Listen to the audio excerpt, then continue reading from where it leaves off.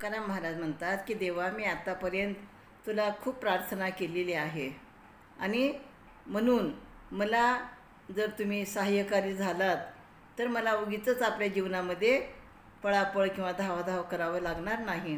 म्हणून काय म्हणतात, आपणच व्हाल सहाय्य कार्य आहे निर्वाणीचे, भाकिली ते उरले किव जीव आहे जीवपणे, आहाच कैचा बीज मोड प्रीती कोड वाचवणे, तुका मने दंडीन काया याल तया धावून या.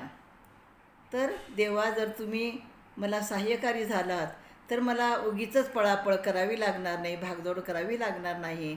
आजवर मी तुमची करुणा बघितली आहे आणि ती काय वाया गेली का काय. आणि मी जीवपणाने जीव धरून प्रेमाने प्रीतीने जर तुम्ही माझं कोडकौतुक करणार नसाल तर मग माझ्या मनात प्रेम कसं वाढेल. मग उदाहरण दिलेलं आहे की जर बीजाला जर मोड येत नसेल तर ते बीसुद्धा व्यर्थच आहे ना. मग त्या बियाला जसं पाणी घालावं लागतं तसं तुम्ही माझ्यावरती प्रेम करावं लागतं. तुकाराम महाराज म्हणतात, देवा, मी माझ्या दंडाला देह करीन आणि मग तुम्हाला धावून यावेच लागेल. रामकृष्ण हरी.